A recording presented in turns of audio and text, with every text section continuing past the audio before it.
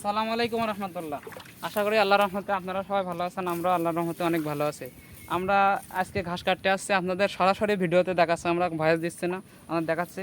আপনারা বলতে পারেন নিচিকর এই যে ঘাসের এই যে ডাটা আমরা উঁচু করে কাটার কারণ কি, আপনারা অবশ্যই যদি এই যে খামারি সে বুঝতে পারবে যে কী জন্য আমরা উঁচু করে কাটছি। ঘাস এমনি অনেক লম্বা হয়ে গেছে আর তলা পোক্ত হয়ে গেছে। আর এই দেখেন চার চার আঙুল 5 আঙুলের মতো একটু পানি আছে জমিতে। এই যদি আমরা একদম গোড়া পেয়ে কাটি এই ঘাস মারা যাবে। এজন্য আমরা এই নিচুকের মানে উঁচু করে কাটছি ঘাসগুলো। আর এই ঘাসের উঁচু করে কাটলে আর আমাদের গরু এই যে দেখেন কি পরিমাণ শক্ত। আমাদের ঘাসের জাতটা অত ভালো না, কিন্তু এমনি ঘাস হয়, ব্যাপক ঘাস হয়। দেখছেন কি পরিমাণ ঘাস হয়েছে। আমাদের কাটা প্রতিদিন 1-2 বোঝা করে কাটা পড়ে, তারপরেও অনেক সুন্দর ঘাস হয়েছে। কিন্তু আমাদের এই ঘাসটা আপনারা জানেন ঘাসের মধ্যে অনেক রকম জাত আছে, 17-18 রকম জাত আছে। তার মধ্যে আমাদের এই ঘাসের নাম হলো নেপিয়ার ঘাস বলে, যার বলে নেপিয়ার ঘাস। এর মধ্যে 3-4টা জাত আছে।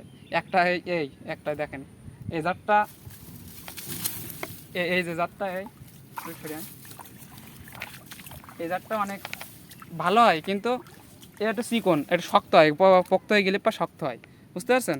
আর এই আরেকটা ঘাস এই দেখেন, এর মধ্যে দুইটা, আপনি বলতে পারেন যে দুইটা একই দেখাচ্ছে, কিন্তু না, এর মধ্যে পার্থক্য আছে। দুইটা একটা ঘাস, এটা হলো এটা একটু ভালো, এটা একটু মোটা মতো হয়, কিন্তু আমাদের একটু ঘাসে এই পানির কারণে কীটনাশক বা সার দিতে পারিনি, এই জন্য আমাদের ঘাস একটু নর্মাল মেরে গেছে।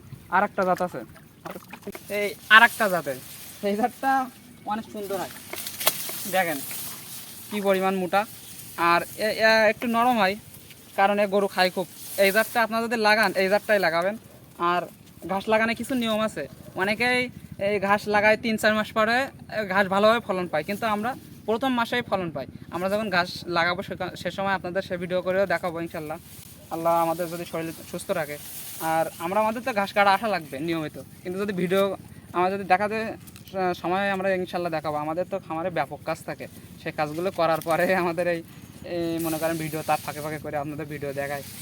আপনারা অনেক আমাদের আলোচনা সমালোচনা করেন, সেটাও আমরা জানি, কিন্তু আমাদের জন্য দোয়া করবেন জন্য আমরা সুন্দরভাবে খামারগুলো করতে পারি।